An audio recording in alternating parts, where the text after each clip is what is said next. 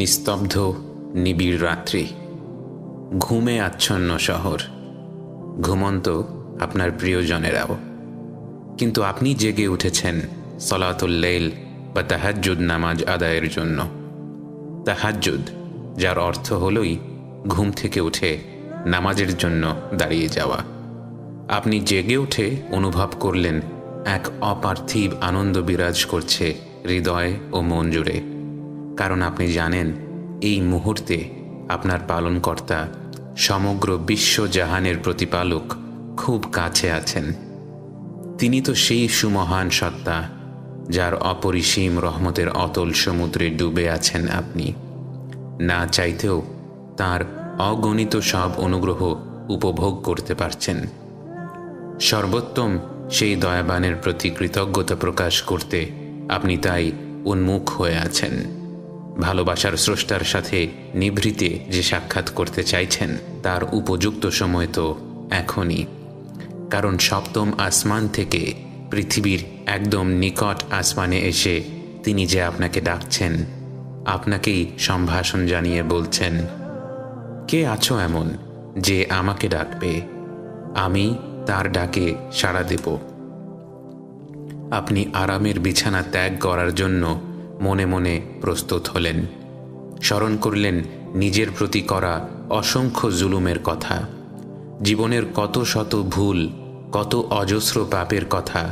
মনে হতেই অশ্রুসিক্ত হলেন, অপরাধ বোধে ছেয়ে গেল মন। কিন্তু আপনি জানেন আল্লাহ হলেন রহমানুর রহিম, পরম করুণাময়, অতিশয় দয়ালু।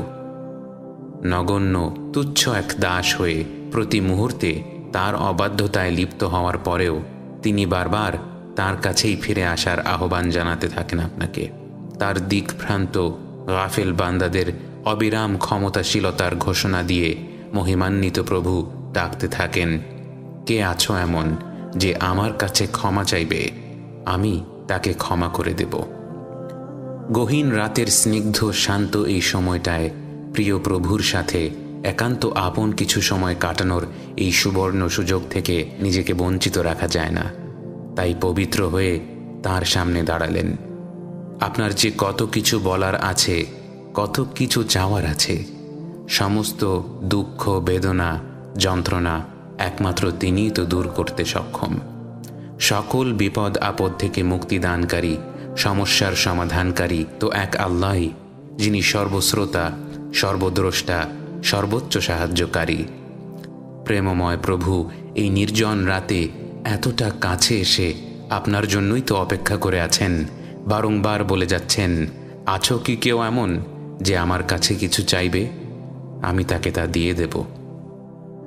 বিশিষ্ট সাহাবী আবু হুরায়রা রাদিয়াল্লাহু আনহু থেকে বর্ণিত এই প্রসিদ্ধ হাদিসটির মাধ্যমে আমরা জানতে পারি, এভাবেই প্রতি রাতের শেষ তৃতীয়াংশে মহান আল্লাহ স্বয়ং দুনিয়ার নিকটতম আসমানে এসে ফজরের আগ পর্যন্ত তার বান্দাদের ডাকতে থাকেন, তাদের সুযোগ দিতে থাকেন, মহাসম্মান দান করেন।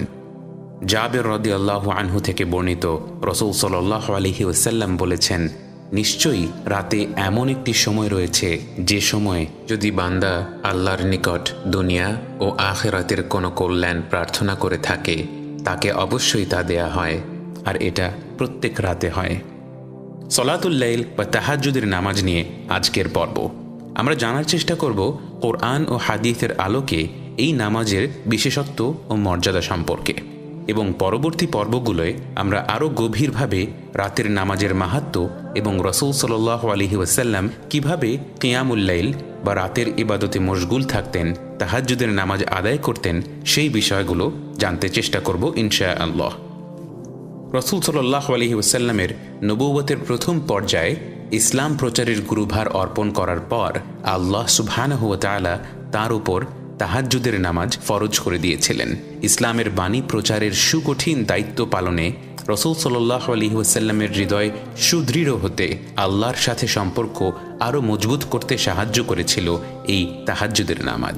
ওয়াহি নাজিলের শুরুর দিকে অবতীর্ণ সূরা মুজ্জাম্মিলে আল্লাহ আযজা ওয়া জাল তার প্রিয়তম হাবিবকে উদ্দেশ্য করে বলেন, ইয়া আইয়ুহাল মুজ্জাম্মিল قم الليل إلا قليلا نصفه أو انقص منه قليلا أو زد عليه ورتل القرآن ترتيلا إنا سنلقي عليك قولا ثقيلا إن ناشئة الليل هي أشد وطئا وأقوم قيلا إن لك في النهار سبحا طويلا হে চাদর আবৃত শয়নকারী, রাতের বেলা নামাজে রত থাকো, তবে কিছু সময় ব্যতীত, অর্ধেক রাত কিংবা তার চেয়ে কিছু কম করো, অথবা তার উপর কিছু বাড়িয়ে নাও, আর কোরআন পাঠ করো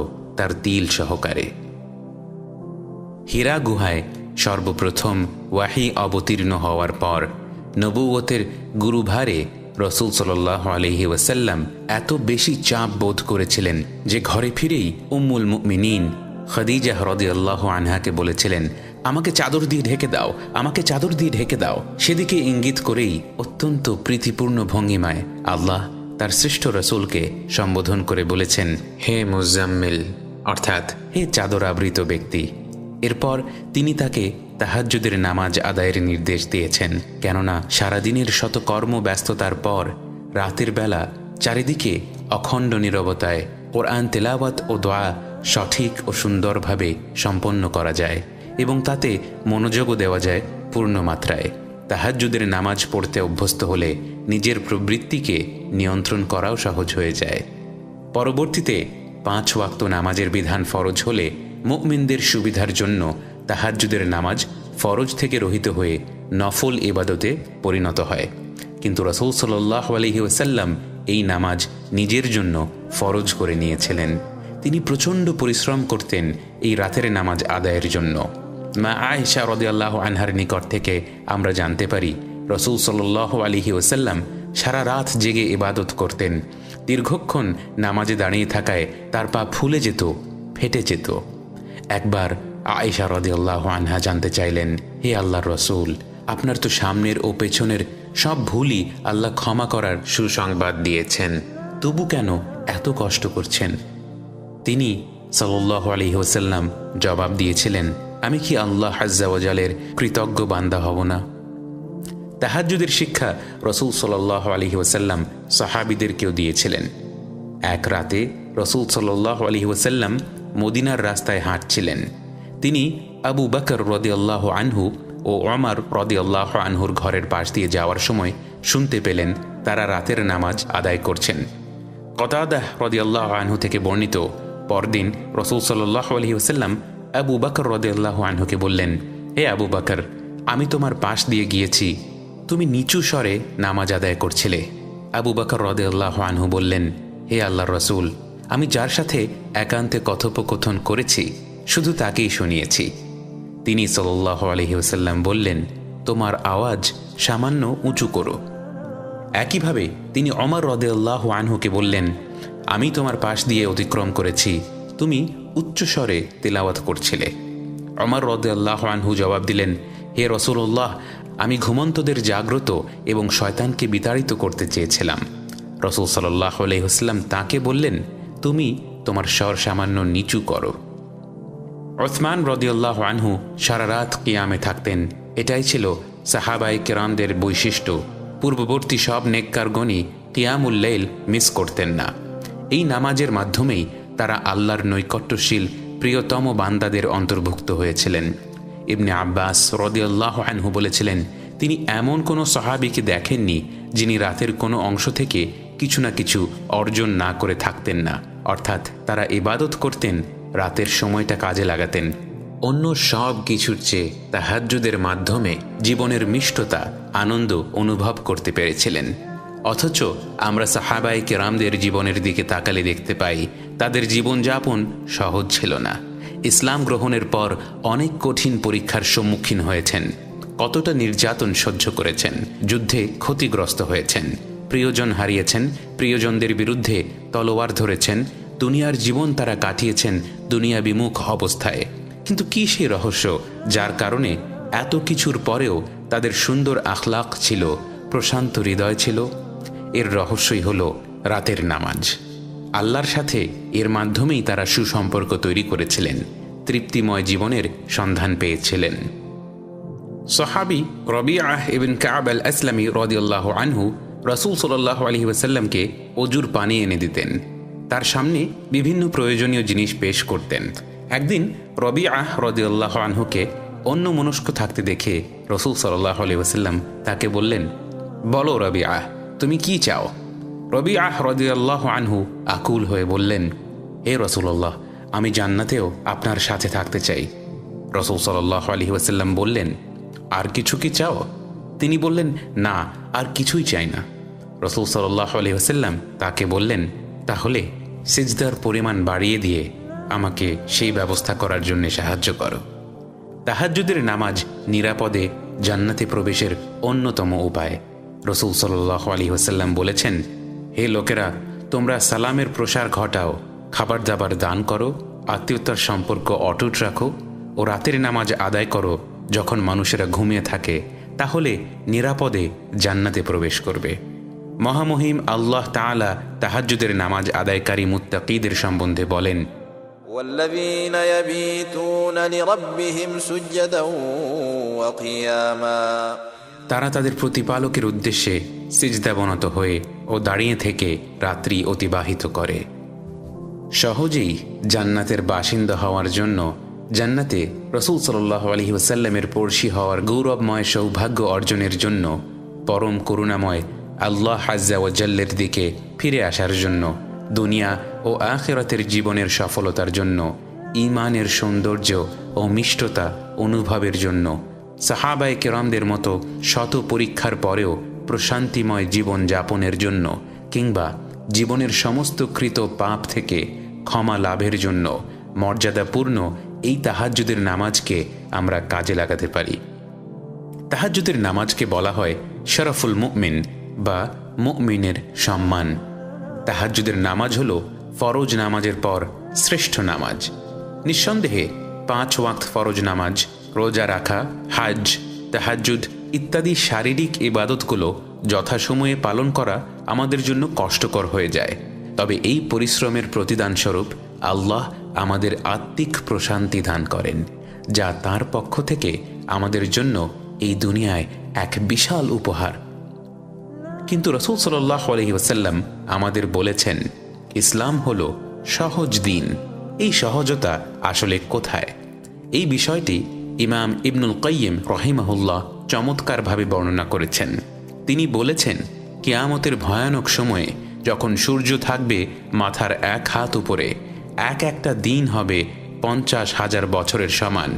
ঠিক সেই বিভীষিকাময় দিনগুলোতে ইসলাম আমাদের কাছে সহজ হয়ে এসে ধরা দেবে। যে নামাজ আদায় করতে আমাদের কষ্ট হয়েছে, যে রোজায় আমরা পিপাসার্থ হয়েছি, বিনিদ্র রজনী কাটিয়েছি মহান প্রভুর ক্ষমা লাভের আশায়, সেই সব কিছুর প্রতিদানস্বরূপ আল্লাহর ইচ্ছায় আমরা সেদিন তার আরশের ছায়ায় থাকতে পারব। আখিরাতের সেই কঠিন দিন আমাদের জন্য সহজ হয়ে যাবে ইনশাআল্লাহ।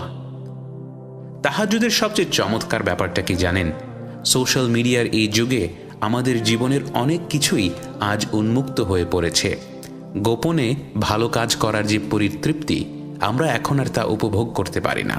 কিন্তু তাহাজ্জুদের নামাজ আমাদের এই সুযোগটাই করে দেয়। রাসূল সাল্লাল্লাহু আলাইহি ওয়াসাল্লাম বলেছেন, দিনের নামাজ হলো প্রকাশ্য সাদাকা ও রাতের নামাজ হলো গোপন সাদাকার মতো। তাই রাতের এই নামাজ আমাদের মুনাফিক হওয়া থেকেও মুক্তি প্রদান করে। তাহাজ্জুদ নামাজের বরকতময় সময় হলো রাতের শেষ তৃতীয়াংশ। অন্তত ফরজের 10 মিনিট আগে উঠে এই নামাজ আদায় করে আমরা পরিপূর্ণ বরকত লাভ করতে পারি। এই নামাজ আমাদের জন্য সহজ করে দেওয়া হয়েছে।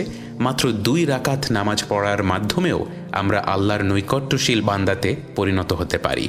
আল্লাহ বলেন, ইন্নাল মুত্তাকিনা ফি জান্নাতিন ওয়া উয়ুন আখিযিনা মা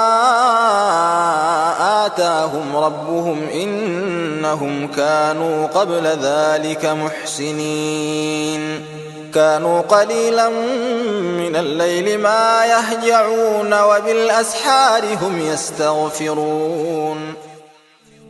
অর্থাৎ রাতের বেশিরভাগ সময় ইবাদতে কাটানোর পরও যারা আমলের জন্য অহংকার বোধ করে না, বরং না জানি ইবাদতের মধ্যে কত ভুল ত্রুটি হয়ে গেছে, এই চিন্তা যাদের ভেতর কাজ করে, ফলে তারা বিনীত হয়ে আল্লাহর নিকট কাকুতি মিনতি সহকারে তাওবা ইস্তেগফার করে, আল্লাহ এই আয়াতে সেসব মুহসিন বান্দাদের উত্তম পরিণতি সম্পর্কে বলেছেন। তাহাজ্জুদের নামাজ যদি মিস হয়েও যায়, তবু আমরা যেন মুত্তাকিদের মতো ফজরের আগ মুহূর্তে আল্লাহর নিকট ক্ষমা চাইতে ইস্তেগফার করতে না ভুলি। সবাই যখন ঘুমে বিভোর থাকে, সেই নিশ্চুপ অন্ধকার সময়ে আমরা যখন আল্লাহর সন্তুষ্টি ও নৈকট্য লাভের আশায় তাঁর ডাকে সাড়া দিয়ে নামাজে দাঁড়িয়ে যাই, আল্লাহ যেন তখন আমাদেরকেই উদ্দেশ্য করে বলেন, إنما يؤمن بآياتنا الذين إذا ذكروا بها خروا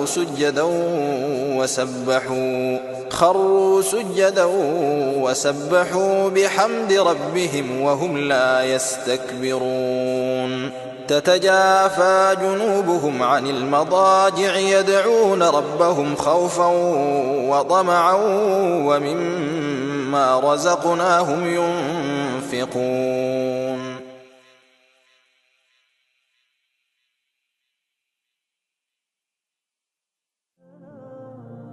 যারা আল্লাহ সুবহানাহু ওয়া তাআলাকে রাতের নির্জনতায় প্রশংসা, পবিত্রতা ও মহিমাময়তার ঘোষণা দিয়ে ভয় ও আশার সাথে ডাকে, তাদের জন্য রয়েছে আল্লাহর পক্ষ থেকে বিশেষ উপহার।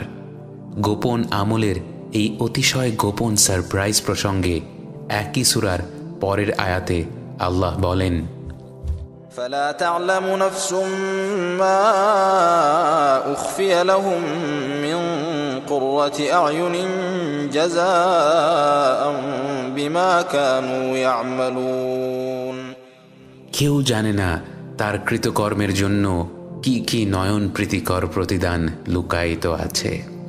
সৎকর্মশীল বান্দাদের জন্য আল্লাহ তাআলার অদৃশ্য ভাণ্ডারে যেসব নিয়ামত লুকানো আছে, তা তো আমাদের কল্পনার বাইরে। সেই মহাপুরস্কার লাভের জন্য, সর্বোৎকৃষ্ট পরিণামের অধিকারী হওয়ার জন্য আমরা নিজেদের যোগ্য করে তুলছি তো? আল্লাহ রব্বুল আলামিন আমাদেরকেও মুকররবিন মুহসিনিন বান্দাদের দলে শামিল হওয়ার তৌফিক দান করুন। আমিন।